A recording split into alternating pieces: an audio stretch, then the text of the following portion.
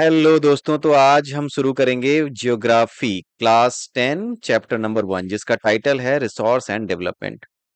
ठीक है, तो रिसोर्सेज एंड डेवलपमेंट का मतलब हम सबसे पहले समझते हैं। और एक बात मैं सबसे पहले आपको बता देना चाहूंगा कि आप मेरे चैनल को लाइक कर लीजिए, सॉरी सब्सक्राइब कर लीजिए और मेरे इस वीडियो को लाइक कर दीजिएगा।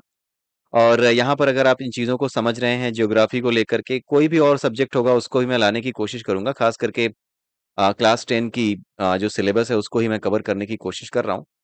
तो आप अपने फ्रेंड्स के साथ इसको शेयर कीजिए और मेरे चैनल को सब्सक्राइब कर लीजिए। और मैं आपको यकीन दिला रहा हूँ कि अगर आप मेरे वीडियोस देखते हैं तो कुछ ना कुछ आपको एक्स्ट्रा जरूर मिलेगा, जो आपको चीज़ों को लिंक करने में, कोरिलेट करने में, खास करके ज्योग्राफी जैसे सब्जेक्ट में जो कि बहुत ज़्यादा कई बार परेशान करता है स्टूडेंट्स को, वहां पर ये आपको काफ़ी हेल्प करेगा जो कुछ भी मैं आपको यहाँ पर बताऊंगा। ठीक है, इट्स नॉट लाइक कि मैं आपकी बुक को ही केवल और केवल इट रीड करने जा रहा हूँ और उसको डिक्टेट करने जा रहा हूँ, नहीं। यहाँ पर तो जो स्टार्टिंग के जो टॉपिक्स हैं वो बड़े ही सिंपल हैं, और वो यहाँ पे जो आपकी बुक में दिए हैं वो बड़े ही आराम से आप उनको समझ सकते हैं। इसलिए यहाँ पर एक आपको मैं इसका एक समरी दे दूंगा, और किस तरीके से इसको याद रखा जाए उसके बारे में बता दूंगा। एंड देन जो भी याद रखने वाली चीजें हैं, याद रखने लायक चीजें हैं, उसके बारे में डिस्कस कर लूंगा आप लोगों से। तो रिसोर्सेस एंड डेवलपमेंट, सबसे पहले तो रिसोर्सेस का मतलब समझते हैं, देन वी विल सी कि what is the meaning of development. ठीक है, मेरे यहाँ पर एक पेन ले लेता हूं। तो रिसोर्सेस का मतलब सबसे पहले समझते हैं। रिसोर्सेस का मतलब क्या होता है? ऐसी कोई भी चीज जिसका यूज आप करना चाहते हैं और जिसका यूज आपके लिए है, वो रिसोर्स है। ठीक है, जैसे आप खेतों में आपने देखा होगा, ठीक है, खेतों में अनाज उगाया जाता है।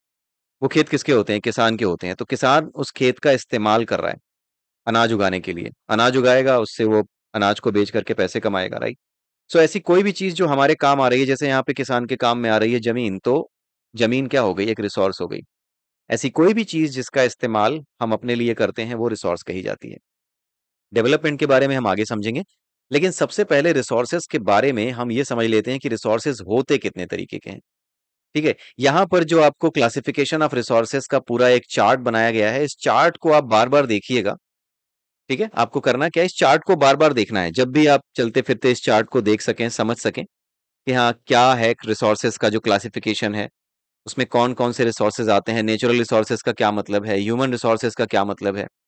ठीक है, ये सब हम आगे पढ़ेंगे, लेकिन हाँ ये चार्ट आपको हमेशा आपके माइंड में सेट होना चाहिए, क्योंकि एक आध क्वेश्चन इससे आ जाते हैं, चार्ट से नहीं, लेकिन चार्ट अगर आपको क्लियर है तो कुछ क्वेश्चंस आते हैं, ऐसे आते हैं जिसका आंसर आप तब दे पाएंगे बड़े ही आसानी से, अगर आपको ये चार्ट क्लियर है तो। ठीक है, अब आइए आगे देखते हैं कि किस किस तरीके की रिसोर्सेज की बात यहाँ पे की गई है। यहाँ पर टाइप्स ऑफ रिसोर्सेज की बात की जा रही है। तो on the basis of origin, मतलब वो कहाँ से रिसोर्स आ रहा है, ओरिजिन का मतलब कहाँ से आया है वो रिसोर्स, राइट। उसके बेसिस पे दो तरीके के रिसोर्सेज हैं। एक तो बायोटिक है, जो कि हमें उनसे मिलते हैं जो कि ह्यूमन बींग्स हैं, जिनमें लाइफ है, राइट। बेसिकली जिनमें लाइफ है उनसे हमें जो मिलते हैं रिसोर्सेज, वो बायोटिक रिसोर्सेज होते हैं। जैसे ह्यूमन बींग्स, हम सब जिंदा हैं, लेकिन हम क्या हैं? रिसोर्सेज हैं, राइट। हम सब रिसोर्सेज हैं, क्योंकि अगर मान लीजिए आपको अपने घर का कोई काम कराना है, और आपके घर कोई ऐसा आपने बुलाया है मैकेनिक, जो कि वो काम कर सकता है जो आप नहीं कर सकते, तो वो क्या है? वो आपके लिए एक रिसोर्स है जिसके जरिए आप अपना काम करा रहे हो। तो ऐसी कोई भी चीज जो आपके किसी भी काम आ सके, वो रिसोर्स है। Humans are also resources. Flora and fauna, ठीक है, ये भी रिसोर्सेज है। फिशरीज, आप समझ सकते हैं क्यों है। लाइव स्टॉक्स, जैसे गाय हुआ, भैंस हुई, क्यों है ये रिसोर्सेज? क्योंकि मिल्क आप लेते हो, लाइव स्टॉक्स। ठीक है, कुछ लोग मांस खाते भी हैं। So anything which you are using for your own, those all things are biotic resources, दो all those things are resources। और अगर उनमें जान है, उनमें जान होती है, राइट, और उनके मरने के बाद आप उनका इस्तेमाल कर रहे हो, या फिर उनके जीते जी उनका इस्तेमाल कर रहे हो, जैसे दूध निकालना, तो वो क्या हो गए? वो सब बायोटिक रिसोर्स हो गए। एबायोटिक रिसोर्सेज कौन से होते हैं? जिसमें जान नहीं होती, जैसे मिट्टी है, राइट। आप मिट्टी को खोदते हैं, कई जगह पे आपने देखा होगा खुदाई होती है, खुदाई के बाद नीचे क्या मिलता है? आपको मिनरल्स मिलते हैं। ठीक है, वो सब क्या है? रॉक्स हैं, मिनरल्स हैं। ठीक है, ये सब क्या है? मेटल्स हैं। ये क्या है? ये सब के सब क्या है? एबायोटिक रिसोर्सेज हैं, क्योंकि इनमें जान नहीं होती, इंसानों की तरह, जानवरों की तरह। तो ये on the basis of origin, यानी कहाँ से ये आते हैं उसके बेसिस पे ये दो तरीके के रिसोर्सेज हो गए। अब आते हैं on the basis of exhaustibility.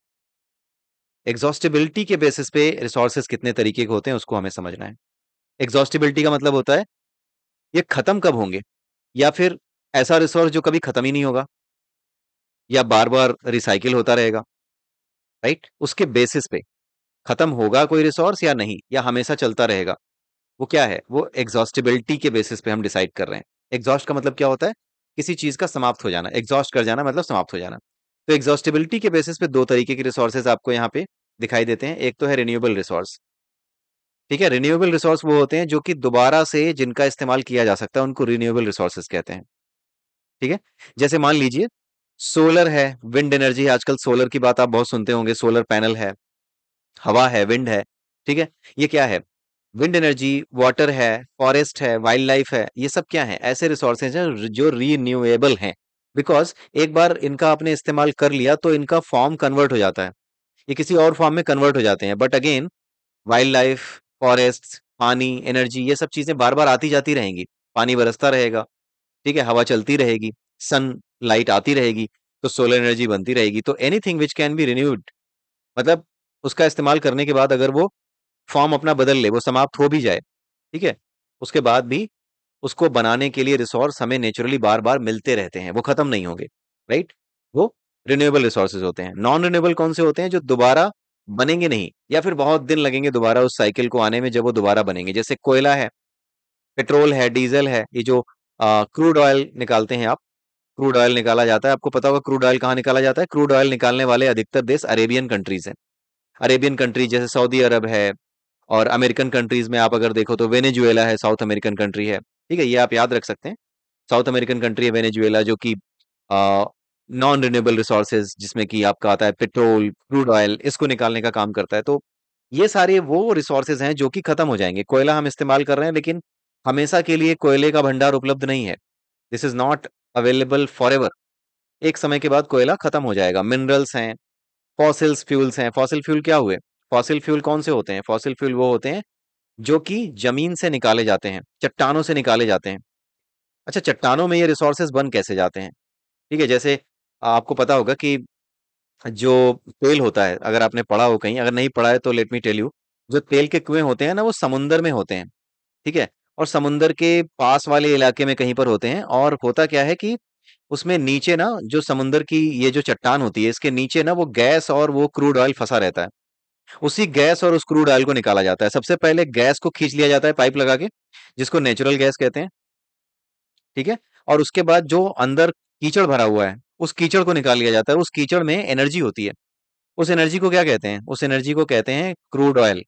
उस क्रूड ऑयल को आगे जो है उसका वो किया जाता है, रिफाइन किया जाता है उसको, एंड देन वो पेट्रोल या डीजल के रूप में हमारे सामने आता है, तब हम उसका यूज करते हैं। तो वो भी सोर्स ऑफ एनर्जी है, बट ये नॉन रिन्यूएबल है। क्यों नॉन रिन्यूएबल है, क्योंकि ये समाप्त हो जाएगा एक दिन।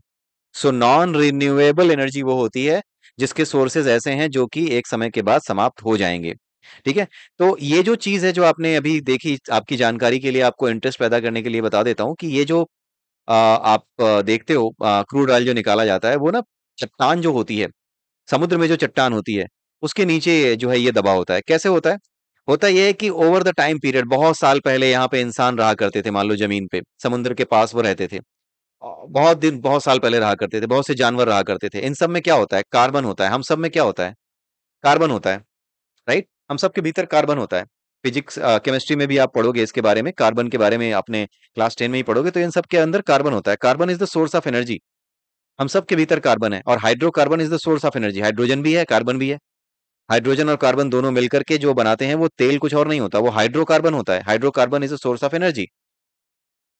तो होता क्या है कि जितने भी जानवर होते हैं, जितने भी इंसान होते हैं, या जो भी लोग इस धरती पे रह रहे थे, वो किसी समय किसी प्राकृतिक, किसी नेचुरल कैलेमिटी की वजह से या किसी भी वजह से वो खत्म होते चले गए, मरते चले गए। जैसे मछलियां हैं, वो अंदर रहती हैं, वो मरती चली गई, मरती चली गई। फिर क्या हुआ, धीरे धीरे करके जो पानी बहता हुआ आ रहा है समुद्र के भीतर, उसने क्या किया, एक जो है मिट्टी इकट्ठी करनी शुरू कर दी। उस मिट्टी के नीचे क्या हुआ, ये जानवर दबे रह गए। अब दबे रह गए तो हुआ क्या कि इनको ऑक्सीजन नहीं मिली। ऑक्सीजन नहीं मिली तो हुआ क्या कि इनका जो है अनएरोबिक, मतलब बिना ऑक्सीजन का इनका क्या हुआ, अनएरोबिक डिकम्पोजिशन हुआ, जिसकी वजह से ये कन्वर्ट हो गए किसमें, कीचड़ में। बट क्योंकि इनके अंदर कार्बन था और हाइड्रोजन तो है ही, राइट, तो इस वजह से क्या हुआ, ये एक सोर्स ऑफ एनर्जी रह गया, बन गया। हाइड्रोकार्बन है ना ये, तो ये सोर्स ऑफ एनर्जी है, और वो यहाँ कहाँ है, फंस गया यहाँ पे। जो चट्टाने और जो मिट्टी आती जा रही थी, उसने क्या किया, अपने आप को इकट्ठा कर लिया, और उसके नीचे सारे जानवर दबे हुए हैं। अब जब वो दबे रह गए तो बहुत साल हो गए, तो ये जो चट्टान है ये मजबूत हो गई, ये जो मिट्टी आकर लगातार आ रही थी, ये जो रेत आ रही थी, जो कुछ भी आ रहा था, बालू आ रही थी, ये सब क्या हो गया, over the period of time ये बहुत ही टाइट हो गया, उसके नीचे ये जानवर दबे रह गए। ठीक है। अब क्योंकि अनएरोबिक इनका वो हो रहा है, डिकम्पोजिशन, तो उसकी वजह से गैस भी निकल रही है। अब वो गैस बाहर नहीं निकल पाई, तो वही जो गैस बाहर नहीं निकल पाई ना, वो यहाँ पे फंसी रहती है। जब ये गैस फंसी रहती है तो इसी को नेचुरल गैस कहते हैं। इसी गैस को सबसे पहले जब निकाला जाता है ना, अरेबियन कंट्रीज जब तेल निकालती हैं तो सबसे पहले ये गैस निकालती हैं, पाइप लगा करके ये गैस खींच लेती हैं। उसके बाद जो नीचे कीचड़ होता है उसको निकाला जाता है, उसी को क्रूड ऑयल कहते हैं। और वो क्रूड ऑयल क्या होता है, हमारे यहाँ दूसरे देशों में जहां पर भी रिफाइनरीज लगी हैं, वहां पर ये रिफाइन होता है, और उसके बाद जो है पेट्रोल या डीजल के फॉर्म में सामने आता है। तो जस्ट फॉर योर क्यूरियोसिटी कि ये कैसे आता है, ये आप याद रखिएगा। इससे थोड़ा सा इंटरेस्टिंग हो जाएगा आपके लिए, और जानकारी तो ये है ही आपके लिए, राइट। सो ये नॉन रिन्यूएबल रिसोर्स है, क्योंकि ये एक समय के बाद समाप्त हो जाएगा। कोयला है, वो भी जो है बड़े बड़े जो पेड़ हुआ करते थे पुराने समय में, बहुत पहले समय में, करोड़ों साल पहले, लाखों साल पहले जो पेड़ हुआ करते थे, वो बड़े बड़े पेड़ जिनके मोटे मोटे तने होते थे, वो क्या हो गए, वो गिर गए। गिरने के बाद वो दब गए। उन दबने के बाद क्या हुआ, अनएरोबिक जो डिकम्पोजिशन है, वो उनके अंदर हुआ। ठीक है। जिसकी वजह से वो क्या हो गए, वो बिल्कुल एकदम ऐसी लकड़ी में कन्वर्ट हो गए जिसके अंदर कार्बन तो है, हाइड्रोकार्बन है, जिसकी वजह से वो सोर्स ऑफ एनर्जी है, बट उसको जलाने पर वो एनर्जी हमें मिलती है। वो कीचड़ की तरह इकट्ठे नहीं हुए, राइट। कीचड़ की तरह कौन इकट्ठा होगा, हम सारे इकट्ठे होंगे जो कि दब गए, कुचल गए इंसान हैं। ठीक है, वो कीचड़ की तरह हो जाते हैं, बट ये कीचड़ की तरह इकट्ठा नहीं हुआ, ये तो मोटे मोटे पेड़ थे, और ये मोटे मोटे तने थे, तो ये जाकर के नीचे दब गए। और अनएरोबिक यानी ऑक्सीजन की अब्सेंस में जो डिकम्पोजिशन होना शुरू हुआ, तो उसके बाद because of the chemical reaction, physical changes, उसकी वजह से ये कोयले के फॉर्म में सामने आया। तो कोयला भी क्या है, नॉन रिन्यूएबल रिसोर्स है। ठीक है। और कोयला और ये जो भी आपके ये जो पेट्रोल और डीजल है, क्रूड ऑयल है, ये सब क्या है, फॉसिल फ्यूल्स कहे जाते हैं। फॉसिल फ्यूल्स इनको कहा जाता है, बिकॉज जो कुछ भी मर चुका है आज के समय में, उसका जो भी रिमेन बचा हुआ है उसी को फॉसिल कहते हैं। जैसे पेड़ पौधे हैं, पुराने समय में खत्म हो गए, बट आज के समय में उनका जो रिमेन बचा हुआ है उसी को क्या कहते हैं, फॉसिल कहते हैं। बहुत से जानवर थे जो कि जमीन में दब के मर गए। ठीक है। एक समय पे वो हुआ करते थे, बट आज जिंदा नहीं है, बट उनके रिमेन्स आज के समय में बाकी बचे हैं। वो रिमेन्स किस फॉर्म में बचे हैं, कीचड़ के फॉर्म में बचे हैं, जिसको हम क्या कहते हैं, क्रूड ऑयल कहते हैं। इसकी वजह से इनको फॉसिल कहा जाता है। तो ऐसी कोई भी चीज जो पहले एग्जिस्ट करती थी एक लिविंग बीइंग के फॉर्म में, बट आज उसका केवल एक चिन्ह रह गया है, उसका केवल एक, आप ये कह सकते हैं कि उसकी एक पहचान बस आगे रह गई है, मरी हुई चीज के रूप में। ठीक है, तो उसी को हम फॉसिल कहते हैं। ये रिसाइकिल नहीं किए जा सकते, और एक समय के बाद ये एग्जॉस्ट हो जाएंगे। ओनरशिप के बेसिस पे रिसोर्सेज कितने तरीके के होते हैं, इंडिविजुअल रिसोर्सेज। अगर कोई चीज मेरी है, कोई रिसोर्स मेरा है, तो वो इंडिविजुअल रिसोर्स हुआ। ठीक है। जैसे मेरे घर पे मेरे घर पे अगर कोई वो रखा हुआ है, प्रेस रखी हुई है, ठीक है, तो वो मेरे लिए एक रिसोर्स है। मेरे घर पे लाइट आ रही है, उस लाइट से मैंने अपने घर पे कुछ चला रखा है, राइट। उस पंखे का यूज कर रहा हूँ हवा लेने के लिए, तो वो मेरे लिए एक रिसोर्स है, मेरा इंडिविजुअल रिसोर्स है। मेरी अपनी जमीन है, वो मेरा इंडिविजुअल रिसोर्स है। मैं किसान हूँ और मेरे मेरा अपना खेत है, तो वो मेरा इंडिविजुअल रिसोर्स है। ठीक है। तो यहाँ पे अर्बन पीपल कौन से होते हैं, जो शहरों में रहते हैं। तो urban people own plots, houses and other property, plantation, pasture lands, ponds, water in well, ये these are the example of ownership by individuals. मेरा तालाब, मेरे घर की दीवार, राइट, मे और मेरी जमीन जहाँ पे मैं खेती करता हूँ, right. So these are individual resources. ठीक है। तो many farmer own lands which is allotted to them by government against the payment of revenue. ठीक है। In village these are the people with land ownership, but there are many who are landless. ठीक है। बहुत से ऐसे हैं जिनके पास जमीन नहीं है, बट कुछ ऐसे हैं जिनके पास जमीनें हैं, राइट। तो वो जमीनें किसानों की हैं, किसानों ने अगर ले रखी हैं, तो वो किसान की जमीन है, वो प्राइवेट ओनरशिप वाली जमीन हो गई, तो उसकी ओनरशिप इंडिविजुअल हो गई। जो भी आपका अपना है, पर्सनल है, वो इंडिविजुअल हो गया। कम्युनिटी ओन्ड रिसोर्सेज क्या होते हैं, जो कम्युनिटी अपने पास रखती है। जैसे घास चराने वाले जो जानवरों को चराने वाले जो घास के मैदान होते हैं, या फिर जहां पर आप ब्यूरल ग्राउंड्स होते हैं जहां पर लोग लाशें दफनाते हैं, राइट, या फिर जहां पर लाशें जलाते हैं, वो सब ब्यूरियल ग्राउंड्स हैं। ठीक है। विलेज पॉन्ड्स, गांव का तालाब है, ये सब चीजें ये सब चीजें जो कि एक ही घर के लोग ये इस्तेमाल नहीं करते, कहीं पर इंडिविजुअल ओनरशिप नहीं होती, बल्कि कम्युनिटी की ओनरशिप होती है। कम्युनिटी में से कोई भी आकर के वहां नहा सकता है, जो भी करना चाहे, जिस पर्पस के लिए वो बना है वो काम कर सकता है। तो इसको कम्युनिटी ओन्ड रिसोर्स कहते हैं। पार्क हो गया, पिकनिक स्पॉट्स हो गए, ये सब कम्युनिटी ओन्ड रिसोर्सेज हैं। ठीक है। नेशनल रिसोर्सेज क्या है? नेशनल रिसोर्सेज अगर देखा जाए तो हर रिसोर्स एक नेशनल रिसोर्स है। मेरे घर में भी अगर मेरी अपनी जमीन है तो वो अल्टीमेटली भारत देश की जमीन है, इंडिया की जमीन है, नेशनल हमारे नेशन की जमीन है, तो that is known as the national resources. ठीक है। जितने भी मिनरल्स हैं जो कि हमें मिलते हैं, वाटर रिसोर्सेज हैं, फॉरेस्ट है, वाइल्ड लाइफ लैंड है, with in the political boundaries and oceanic area. Political boundary क्या होती है? पॉलिटिकल बाउंड्री कुछ नहीं है, पूरे भारत का मैप जो है ना, जो पूरी की पूरी बाउंड्री बना रहा है, वो पॉलिटिकल बाउंड्री है। ठीक है। जब हम कितने कितने स्टेट्स में हम बटे हुए हैं, कौन कौन से स्टेट्स हैं, क्या क्या नाम है, ये सब क्या है? पॉलिटिकल बाउंड्रीज हैं। और अगर हम बात करते हैं कि किस जगह पे लोहा मिलता है, किस जगह पे पत्थर मिलता है, राइट, किस जगह पे किस तरह की लैंड है, तो जब हम इस तरह की बातें करते हैं अपने देश की जमीन के बारे में, तो this is known as physical boundary. जब हम इस तरह की बाउंड्री को अपने इमेजिनेशन में लाते हैं कि कहाँ पर क्या मिलता होगा, और हमारे देश की लैंड में कहाँ पर क्या पैदा होता होगा, कहाँ कितनी बारिश होती है, तो इसको क्या कहते हैं? फिजिकल मैप कहते हैं। ठीक है, फिजिकल बाउंड्री कहते हैं। लेकिन जब हम पूरे देश को इस तरीके से दिखाते हैं कि कहाँ कहाँ पे कौन कौन से स्टेट हैं, कौन कौन सी यूनियन टेरिटरीज हैं, तो ये एक तरीके से आप पॉलिटिकल बाउंड्री दिखा रहे हो, राइट। बिकॉज स्टेट की बाउंड्री दिखाना या स्टेट की बात करना, it's all about governance, right. और वहां पे गवर्नेंस जहां पे आती है वहां पे पॉलिटिक्स आ जाती है। तो दिस इज पॉलिटिकल बाउंड्री, जब आप स्टेट्स को दिखाते हैं अलग अलग उसकी बाउंड्री खींच करके। जब हम फिजिकल फीचर्स इंडिया के दिखाते हैं कि कहाँ पर नदियां हैं, कहाँ पर मैदान है, then it is known as then it is known as physical boundary. और पहले वाले को क्या कहते हैं? पॉलिटिकल बाउंड्री, जहां पर आप देशों को स्टेट्स के नाम दिखाते हो। ठीक है। और जब आप फिजिकल फीचर्स दिखाते हो तब आप उसको फिजिकल बाउंड्री कहते हैं। ठीक है, फिजिकल मैप कहते हैं उसको। ठीक है। उसके अलावा क्या है? 12 नॉटिकल माइल्स, यानी कि 90.2 kilometre from the coast, termed as territorial water and resource there belong to the nation. होता क्या है कि हमारा देश जो है, जैसे ये लेफ्ट हैंड साइड पे मैं बना रहा हूँ, ये मैप बना रहा हूँ, मैप का आखिरी हिस्सा बना रहा हूँ। ठीक है। इस मैप में अगर आप ये देखें तो ये बाउंड्री दिख रही है इंडिया की। ठीक है, ये इधर वाली बाउंड्री, ये इधर वाली बाउंड्री, इधर अरेबियन सी है अगर आपको मैप देखा हो आपने, और इधर बे ऑफ बंगाल है। अब ये जो टेरिटरी है हमारी, जो लैंड टेरिटरी है, इस लैंड टेरिटरी के आगे 12 नॉटिकल माइल्स तक, 12 नॉटिकल माइल्स तक ये हमारा जितना भी वाटर है समुद्र के अंदर, वो सब हमारा वाटर होता है, वो भी नेशनल रिसोर्स होता है। ठीक है। 12 नॉटिकल माइल्स तक ये सब हमारा नेशनल रिसोर्स होता है। और 12 नॉटिकल माइल्स किसके बराबर होता है? 19.2 किलोमीटर के बराबर होता है। यानी कि जो हमारी बेस लाइन है हमारे कंट्री की, जहां पे जमीन खत्म हो रही है, उस जमीन की बेस लाइन से 12 किलोमीटर की दूरी तक सब कुछ भारत देश का है, सब कुछ हमारे देश का है। That particular resource, that oceanic resource, that oceanic water, जहां तक 12 नॉटिकल माइल्स तक है, वो सब हमारा है। ठीक है, वो नेशन का है, भारत का है। इंटरनेशनल रिसोर्स क्या होता है? इंटरनेशनल रिसोर्स वो होते हैं जो कि, जैसे यहाँ 12 नॉटिकल माइल्स तक आपको बता दिया, उसी तरीके से 200 नॉटिकल माइल्स की एक दूरी आप ले लो। 200 नॉटिकल माइल्स की दूरी अगर आप लेते हो, ठीक है, तो वो क्या कहलाती है? एक्सक्लूसिव इकोनॉमिक जोन कही जाती है। मतलब भारत से 200 नॉटिकल माइल्स तक की दूरी अगर आप लेते हो, तो ये क्या जाए, भारत की जमीन से समुद्र के अंदर 200 नॉटिकल माइल्स तक की दूरी अगर आप लेते हो, तो उसको एक्सक्लूसिव इकोनॉमिक जोन कहा जाता है। अब आपको समझ में आ रहा होगा कि किस चीज को मैं एक्सक्लूसिव इकोनॉमिक जोन कह रहा हूँ। ठीक है। लेफ्ट हैंड साइड पे आप देखिएगा, अगर दिक्कत हो तो मैं कहीं और पर भी बना करके दिखा सकता हूँ। Let me show you somewhere. So it's one note को ओपन कर लेता हूँ एंड देन आपको दिखाता हूँ। ठीक है।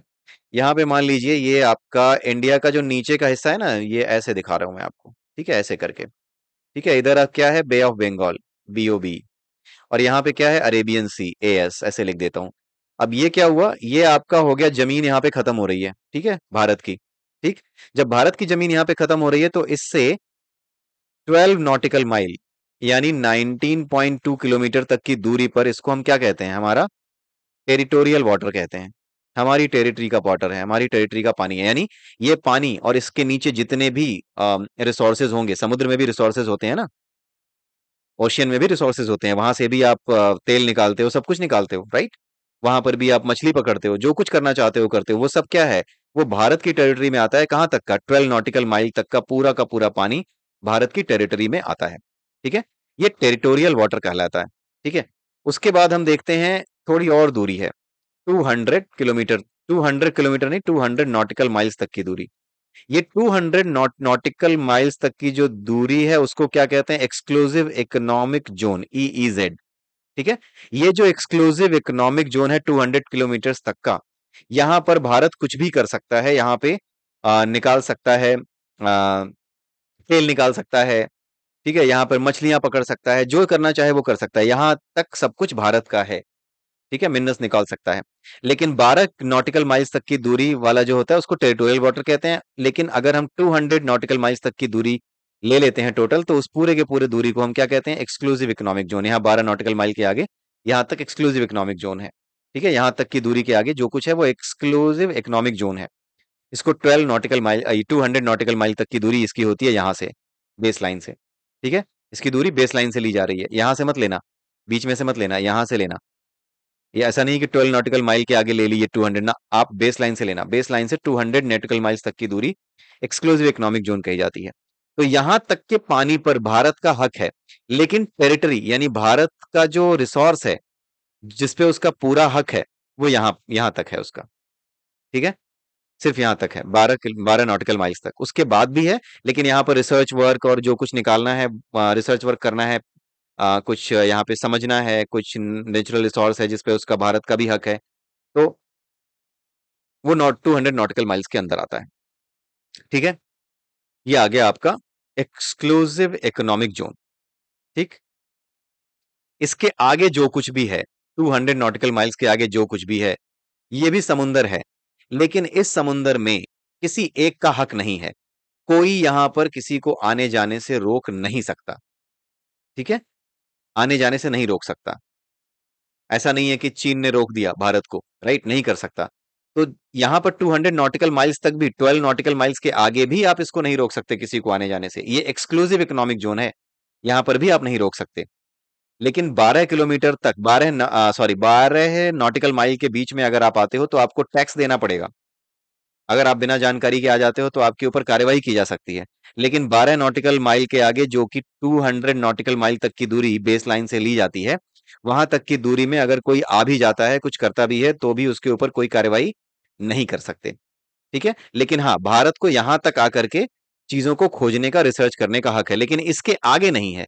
इसके आगे जो वाटर है जिसपे कि भारत का हक नहीं है, जिसपे किसी और का हक नहीं है, उसके आगे जो भी पानी है वो सब क्या कहा जाता है? इंटरनेशनल रिसोर्स कहा जाता है। ठीक है, वो इंटरनेशनल रिसोर्स है। तो आप समझ रहे होंगे कि जितने भी इंटरनेशनल रिसोर्स है ना, वो मैक्सिमम क्या है? वो मैक्सिमम आपके वो हैं जो समुद्री रिसोर्स होते हैं।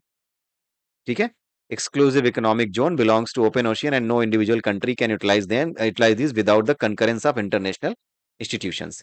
इसके लिए रूल बनाया गया है, लॉ बनाया गया है, अपने मन से नहीं होता ये। आपको लग रहा होगा कि शायद इंडिया ने अपने मन से कर लिया क्या, कि यहां तक करूंगा ना। एक बॉडी है यूनाइटेड नेशंस की, आपको पता होगा यूनाइटेड नेशंस एक बॉडी है। अगर नहीं पता तो मैं आपको बता दूं कि जैसे आपके गांव में पंचायत होती है ना, उसी तरीके से पूरी दुनिया का सरपंच है यूनाइटेड नेशंस। ठीक है, जब भी कुछ गड़बड़ होती है, कहीं पे कुछ मामला सुलझाना होता है, कुछ ऐसा नियम बनाना होता है जो सबके लिए एक्सेप्टेबल हो, तो वहां पे यूनाइटेड नेशन आता है। उसी ने क्या किया है? UNCLOS, ये लॉ बनाया है, United Nation Convention on the Law of सी।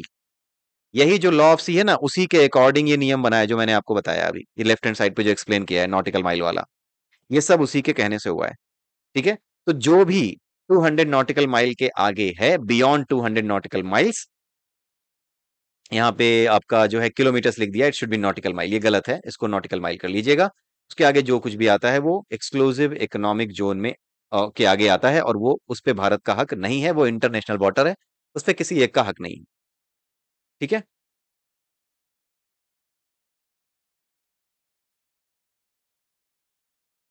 उसके अलावा एक चीज बड़ी इंटरेस्टिंग बताई गई है यहाँ पे, do you know that India has got the right to mine manage manganese nodules from the bed of the ocean sea from that area which lies beyond the exclusive economic zone। ये याद रखिएगा, ये आपके general knowledge के लिए बड़ा अच्छा है।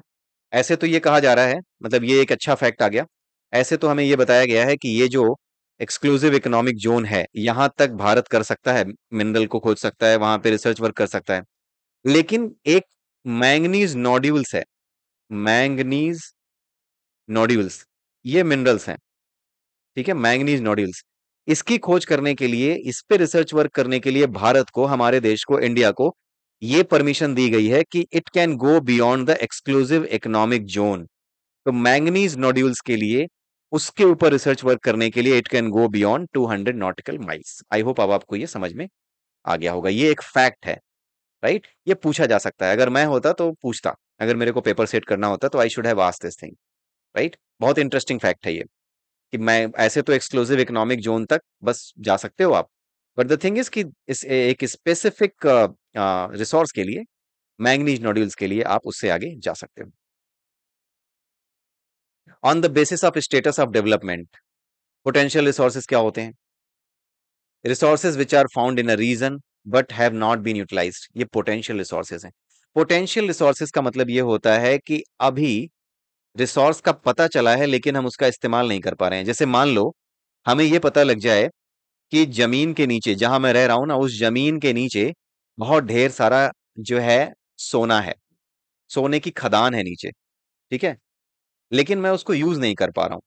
बट इन फ्यूचर अगर मैं इसको निकाल पाया, राइट, मशीनरी इस्तेमाल कर ली, ठीक है, गवर्नमेंट से हेल्प मिल गई, गवर्नमेंट ने खुदाई शुरू करा दी, ठीक है, और उसके बाद क्या हुआ कि उसको एक समय के बाद हम निकाल करके यूज कर सकते हैं, मतलब अभी यूज कर नहीं रहे हैं बट फ्यूचर में यूज कर सकते हैं, अगर हमने टेक्नोलॉजिकली उसको, टेक्नोलॉजी का यूज करके उसको निकाल लिया तो। Such kind of resources are known as potential resources. अब इसमें पोटेंशियल रिसोर्सेज के जो एरिया होते हैं ना, उसको याद रखना बड़ा जरूरी होता है। वेस्टर्न पार्ट ऑफ इंडिया, खास करके राजस्थान है, गुजरात है, इन सब में पोटेंशियल है। किस चीज का पोटेंशियल है? रिसोर्सेज का। और कौन से रिसोर्सेज का? Development of wind and solar energy. क्यों है? क्यों है राजस्थान में विंड और सोलर एनर्जी पैदा करने का? क्योंकि विंड और सोलर एनर्जी भी रिसोर्सेज हैं, तो इनको पैदा करने का पोटेंशियल क्यों है? क्योंकि गुजरात अगर आप देखें तो वहां पर क्या है? समुद्र है, जहां पर समुद्र आसपास होता है वहां पे हवा तेजी से चलती है। अगर हवा तेज चल रही है तो वहां पर टरबाइन लगा दो और बिजली पैदा कर लो। और राजस्थान क्या है? राजस्थान बिल्कुल, अगर आप ध्यान से देखो तो बहुत ज्यादा गर्मी पड़ती है साल भर, सूरज जो है बड़े अच्छे से वहां पे चमकता रहता है साल भर, ठीक है, तो वहां पर सोलर पैनल्स लगाए जा सकते हैं, सोलर एनर्जी पैदा की जा सकती है। इसलिए ये भी पोटेंशियल एनर्जी के रिसोर्सेस के कैंडिडेट हैं, ठीक है, गुजरात और राजस्थान, ठीक। उसके अलावा पोटेंशियल रिसोर्सेज में वो भी आ सकता है जो मैंने अभी डिस्कस किया। जैसे किसी देश में, जैसे अगर आप देखो वेनेजुएला है, वेनेजुएला में एक नॉर्थ साउथ अमेरिकन कंट्री है वेनेजुएला। वेनेजुएला में बहुत ढेर सारा क्रूड ऑयल का भंडार है, मतलब एक तरीके से रिजर्व है, लेकिन उसको निकाल नहीं पा रहे वो। अगर उसको निकाल नहीं पा रहे तो यूज नहीं कर पा रहे, बट अगर वो निकाल लिया गया तो यूज कर लेंगे ना। तो ऐसी कोई भी चीज जो फ्यूचर में यूज की जा सकती है, अगर उसको टेक्निकली, टेक्नोलॉजिकली उसको निकाला जा सके, उसका यूज किया जा सके, तो ऐसे हर रिसोर्स को हम क्या कहते हैं? पोटेंशियल रिसोर्स कहते हैं, ठीक है। डेवलप्ड रिसोर्सेज क्या होते हैं? Resources which are surveyed and their quality and quantity have been determined for utilization. The development of resources depend on the technology and level of feasibility. ये कौन से रिसोर्स होते हैं? रिसोर्सेज विच आर सर्वेड, जिनका सर्वे किया जाता है, and their quality and quantity have been determined for utilisation, और उनकी क्वांटिटी और क्वालिटी दोनों को ही डिटरमाइन कर लिया गया है, बस उसको निकालना ही बाकी रह गया है। टेक्नोलॉजी बस इस्तेमाल करना बाकी रह गया है। कितना यूटिलाइज कर पाएंगे? थोड़ा सा पोटेंशियल रिसोर्स और डेवलप्ड रिसोर्स में थोड़ा सा ही अंतर है। पोटेंशियल का मतलब होता है पता तो है कि यहाँ पे है, लेकिन अभी कोई तैयारी नहीं है, उसका सर्वे नहीं किया गया है, उसके बारे में पता नहीं किया गया है, उसको देख भी नहीं पाए हैं, अभी ये अंदाजा भी नहीं लगा पाए उसको देख करके कि इसका कितना इस्तेमाल कर पाएंगे, क्या सारा का सारा हम इस्तेमाल कर पाएंगे, या फिर इस्तेमाल करने में कोई खतरा तो नहीं है, राइट, एनवायरमेंट को नुकसान तो नहीं होगा, ये कोई स्टडी नहीं की गई है। लेकिन अगर किसी रिसोर्स के बारे में, जो पोटेंशियल रिसोर्स था, पोटेंशियल रिसोर्स ही क्या बनता है? डेवलप्ड रिसोर्स बनता है। अगर पोटेंशियल रिसोर्स को आगे हम देखते हैं और ये समझते हैं कि जो रिसोर्स है अब जो है उसका सर्वे कर लिया गया है, और इसका इतना यूज हम कर पाएंगे, हमें टेक्नोलॉजिकली हमें ये चीजें चाहिए होंगी इसको निकालने के लिए, रिसोर्स को निकालने के लिए, राइट।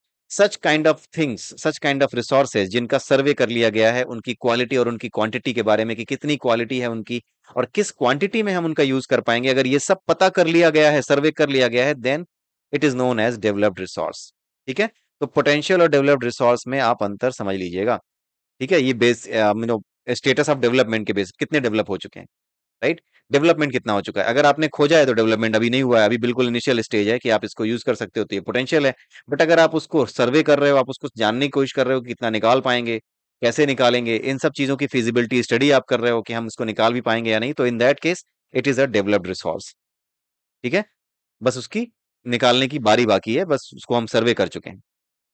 ठीक है? उसके अलावा और भी बहुत सी चीज़ें हैं जो कि पढ़ने लायक हैं इसमें और पढ़ाऊँगा भी मैं। बट हाँ, ज़्यादा लंबा वीडियो मैं नहीं बनाना चाह रहा, इसलिए पहला पार्ट जो ज्योग्राफी का है वो यहीं समाप्त कर रहा हूँ पहले चैप्टर का। आगे चल कर के हम और भी इसके बारे में पढ़ेंगे, समझेंगे। तब तक के लिए have a nice day and bye bye, और प्लीज़ लाइक कीजिए मेरे वीडियो को अगर आपको अच्छा लगा हो, शेयर कीजिए अपने दोस्तों के साथ, and now let me go. Thank you. Have a nice day.